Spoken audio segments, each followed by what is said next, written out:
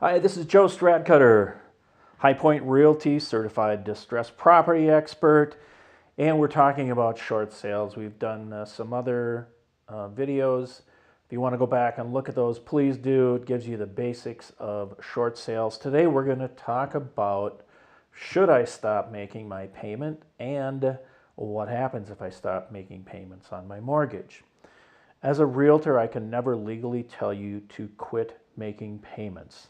And my recommendation is that if you can continue to make payments, that you do so. However, there are times when you have to make decisions. Do I feed myself and my children and keep the utilities on, or do I pay the mortgage? I think you know how I'm going to answer that. You've got to take care of yourself and your family first. The bank will get over this. But there are consequences when you stop making payments. And when you stop making payments, bottom line is the foreclosure process begins.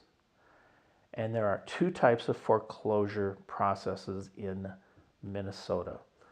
The one that is not very common is something called a foreclosure by action. And a foreclosure by action means that the lender feels that you're either being untruthful or you have lots of financial resources to pay for the home. It could be a higher end home, but they're going to hire lawyers and they're going to, get you into court to pay this mortgage. This does not happen very much in Minnesota, probably only 5% or less of the time. Most of the foreclosures in Minnesota are something called a foreclosure by action. They're typically what people always say, well, what about the sheriff's sale?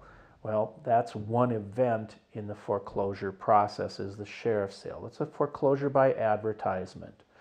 At that point, when you quit making your payments, the lender's going to start contacting you. Usually after 30 or 60 days, they're going to start calling. They're going to start sending stuff in the mail saying, why haven't you paid?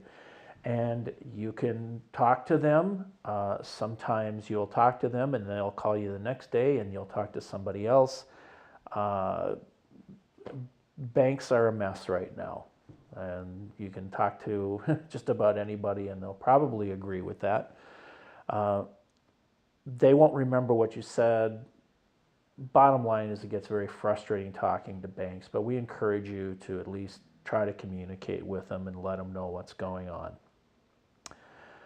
After about 4 or 5 months of not making payments, if they're going to do a foreclosure by advertisement, they are going to formally contact you through the mail, or they're going to have somebody, a courier, come to your door and say, you're being served with papers, and this paper is usually stating the sheriff's sale date. And the sheriff's sale date is usually anywhere from 60 to 90 days after you get this letter from the attorney. After you get the letter, they have to formally advertise the sheriff's sale for a minimum of 6 weeks.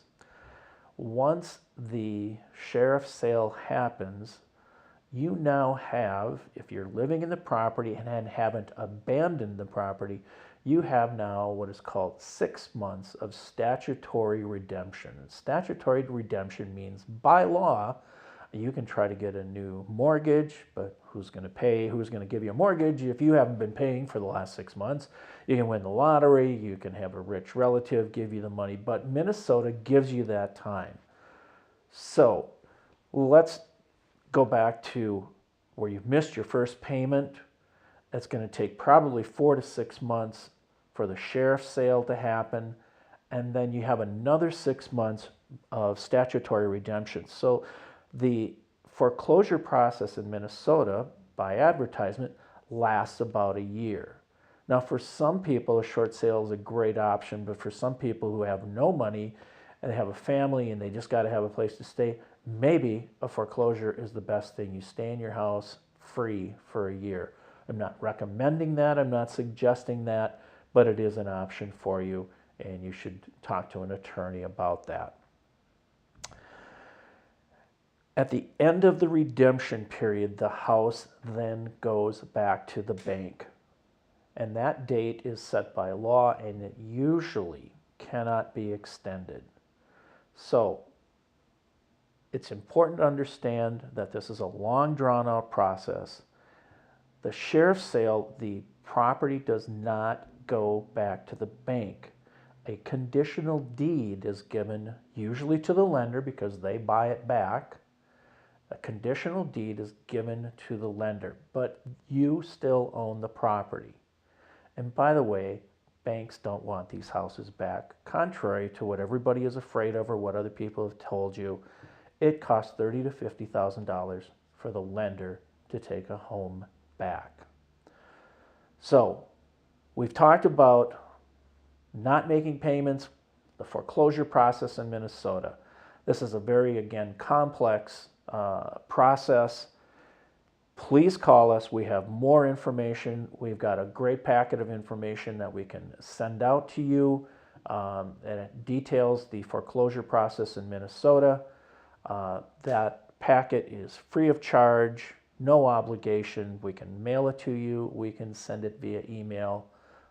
We're here to help you out, and we look forward to hearing from you. Again, this is Joe Stradcutter, High Point Realty.